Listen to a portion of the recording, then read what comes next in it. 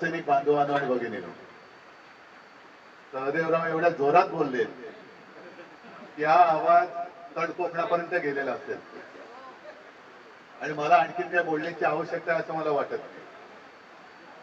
दत्ता, तुमचा वाढदिवस आहे, तुम्हाला उदंड निरोगी आयुष्य लाभो, दीर्घायुष्य लाभो अशी आई जगदंबेच्या चरणी आणि शिवचरणी प्रार्थना करतोय. आणि तुमचं खरंच कौतुक आहे की स्वतःचा वाढदिवस असताना सुद्धा शिवसेना वाढवण्यासाठी तुम्ही इथे आलात. ही वाढ महत्वाची आहे.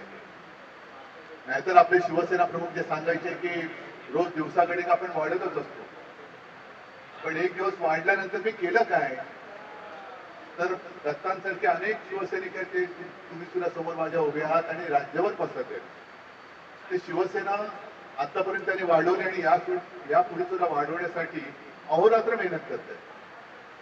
मगाशी संजय आपण म्हणाल की कोकणामध्ये एक पाऊल टाका, नुसतं एकच नाही पाऊल टाकणार तर कोकण परत पालाक्रांत करणार.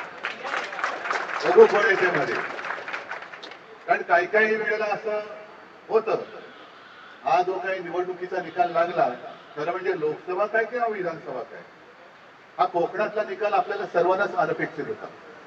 कसा कोणी विजय मिळवला, काय काय केलं, या सगळ्या गोष्टी आता सुरस कथा या बाहेर यायला लागलेल्या आहेत.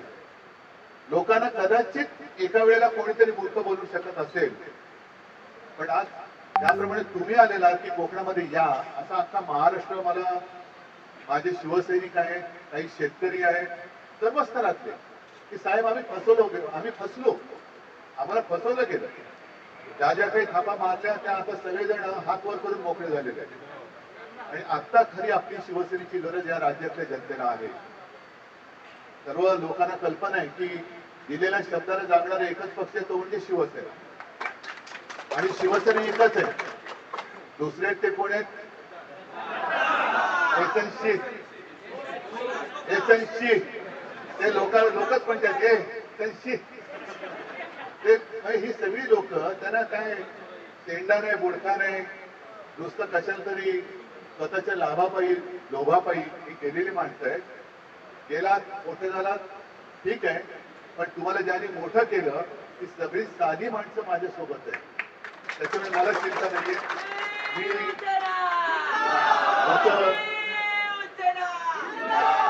जसं येत्या 16 तारखेला मी नाशिकला जातोच आहे, ते 1 दिवसाचं शिबिर आहे.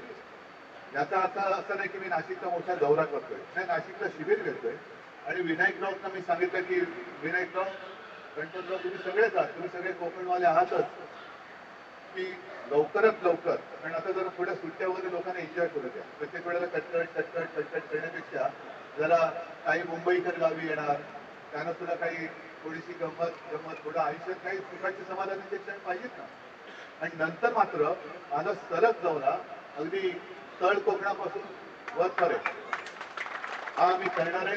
जिथे जिथे तुम्ही सांगाल तिथे तिथे मी येणार आहे. पण तोपर्यंत सहदेवराव, तुम्ही आता शिवबंधन बांधलेलं आहे. मध्ये थोडंसं तुम्ही म्हणालात की काही स्थानिक पातळीवरती, पण या स्थानिक पातळीवरती या थोड्या कुरबुरी जरी झाल्या तरी आपलं घर तरी सोडायचं. आता परत घरी आलेला आहात. आपल्या घरामध्ये जे कोणी आधी गद्दार होते, मी त्यांचा आणि तुमच्यामध्ये फरक एवढ्यासाठी करतोय की तुम्ही निष्ठेने सगळे प्रामाणिक राहिले, निष्ठेने राहिला.